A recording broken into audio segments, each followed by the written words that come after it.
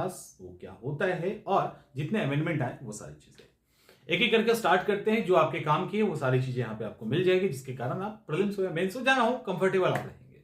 सवाल ये उठता है वक्फ का मतलब क्या होता है। वक्फ का मतलब बहुत सारा है, कई सारे मतलब है। विकिपीडिया पे अलग अलग सोर्सेज पे जाएंगे तो आपको बहुत मतलब मिलेगा, लेकिन मतलब ये होता है खुदा के नाम पे, बेसिकली खुदा के नाम पे।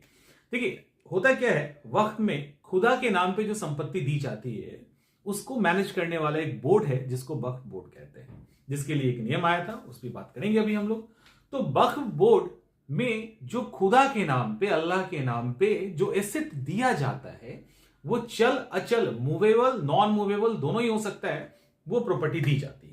एक बार वक्फ बोर्ड को जो प्रॉपर्टी दी जाती है उसको ट्रांसफर नहीं किया जा सकता, उसको रिफंड नहीं किया जा सकता, उसको वापस नहीं किया जा सकता, यानी रिटर्न नहीं किया जा सकता।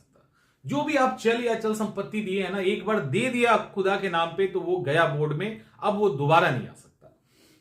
और एक और इंपॉर्टेंट है यहां पे कि क्या वक्फ बोर्ड को सिर्फ मुस्लिम ही एसेट दे सकते हैं, तो इसका जवाब है नहीं। वक्फ बोर्ड एक बोर्ड है जिसको मुस्लिम या गैर मुस्लिम यानी हिंदू क्रिश्चियन जो भी जिनको भी देना हो, यानी अल्लाह के नाम पे जिनको अपनी प्रॉपर्टी देनी हो वो दे सकते हैं। इसके लिए इसमें जो प्रॉपर्टी देता है, जो संपत्ति बोर्ड को देता है, उसको वाकिफ कहते हैं। उसके लिए जो शब्द यूज होता है दैट इज वाकिफ। और दूसरा कि उस वाकिफ के द्वारा दिए गए एसेट को जो मैनेज करता है ट्रस्टी के रूप में, जिसको इंग्लिश में ट्रस्टी कहते हैं, उसको मुतवली कहा जाता है। यहां पे लिखा होगा मुतवली कहा जाता है, ठीक है। तो ये दो चीज है। और जब वक्फ बोर्ड को कोई प्रॉपर्टी दी जाती है तो उसका प्रॉपर डॉक्यूमेंटेशन होता है कि वो उन्हीं का है कि नहीं, इसको लोग कहते हैं वक्फ नामा। तो ऐसे करके प्रॉपर्टी दी जाती है, ये एक प्रोसेस है और इसको मैनेज करने का काम वक्फ बोर्ड को करना है। अब हम चलते हैं इसके इतिहास में। तो इतिहास को अगर हम धार्मिक तरीके से देखें तो मोहम्मद साहब तक जाना होगा। हम अगर इतिहास को सिर्फ इतिहास के नजरिए से देखें तो कहा जाता है कि दिल्ली सल्तनत से यह स्टार्ट हुआ और दिल्ली सल्तनत के बाद ब्रिटिश सरकार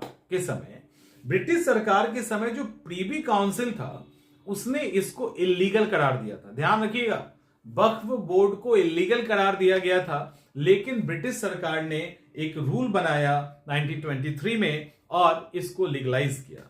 बाद में जब भारत आजाद होता है तो 1954 में 1954 में एक रूल आता है जिससे वक्फ बोर्ड की स्थापना होती है। तो फाउंडेशन वहीं से इसका पड़ता है स्वतंत्र भारत के अंदर 1954 में।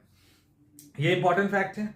इसके साथ अब सवाल यह है कि वक्फ बोर्ड के पास इतनी एसेट आई कहां से, इतना प्रॉपर्टी कहां से। आपको मालूम होना चाहिए कि अगर एरिया वाइज देखें, अगर हम रजिस्ट्रेशन को देखते हैं तो लगभग 8 लाख से ऊपर रजिस्टर्ड प्रॉपर्टी इनके पास है।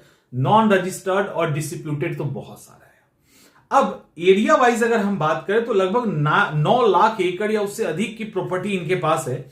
और इनके पास जो लैंड है वो इंडिया में तीसरी ऑर्गेनाइजेशन है जिसके पास सबसे अधिक लैंड है। पहला इंडियन आर्मी, आर्मी मतलब सेना, और दूसरा भारतीय रेल, और तीसरा वक्फ बोर्ड। यानी इसके पास बहुत बड़ा एसेट है। अब सवाल ये एसेट आया कहां से। ये जो दिख रहा है ना, जब इंडिया और पाकिस्तान का पार्टीशन हुआ, इंडिया एंड पाकिस्तान का जब पार्टीशन होता है, उस पार्टीशन के दौरान इंडिया से जो भी मुसलमान पाकिस्तान गए, उनकी जितनी संपत्ति थी वो वक्फ बोर्ड को चली गई। तो एक बड़ी संख्या में बहुत अमीर और बहुत सारे लोग गए, तो उनकी सारी संपत्ति वक्फ बोर्ड को चला गया। और दूसरी तरफ पाकिस्तान से जो हिंदू शिफ्ट करके आए, पाकिस्तान में जो हिंदू की प्रॉपर्टी थी वो कोई ना कोई लेके चला गया। ठीक है, समझ में आ रहा है।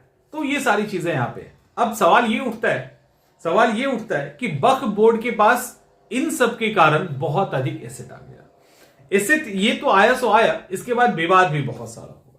खैर, अब वक्फ बोर्ड से रिलेटेड डिस्प्यूट क्या है कि अभी जो बिल लाया जा रहा है मोदी गवर्नमेंट के द्वारा, केंद्र सरकार के द्वारा, जिसको अभी लोकसभा में पास कर हो भी गया है, इसमें कुछ लोग खुश हैं, कुछ लोग नाराज हैं। कारण यह है कि वक्फ बोर्ड में बहुत सारे ऐसे एसेट हैं जिसके ऑनर कहते हैं कि हमने तो इनको दिया ही नहीं, और वो कहते हैं हमारे पास है। समझ में आ रहा है? मतलब जिसका जमीन है वो कहता है हमने दिया नहीं, वो कहते हैं हमारे पास है। दिक्कत क्या है वक्फ बोर्ड में कि वक्फ बोर्ड है उसमें अगर कोई डिस्प्यूट होता है कोई जमीन को लेकर तो उनका अपना एक ट्रिब्यूनल है।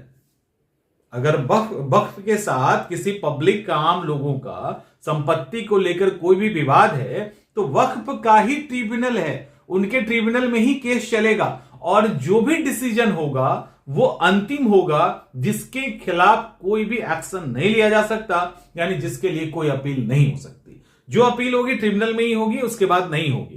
तो अब वक्फ का है, उसी का ट्रिब्यूनल है, तो कौन जीतेगा भाई? तो ये डिस्प्यूट बहुत ज्यादा था, इसको सुधार लिया गया है और सुधारना जरूरी भी था।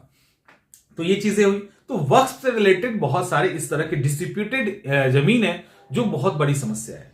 और आपको पता होना चाहिए कि यूपी एक ऐसा स्टेट है जहां वक्फ का सबसे ज्यादा जमीन है, यानी सबसे ज्यादा एसेट है ओवरऑल।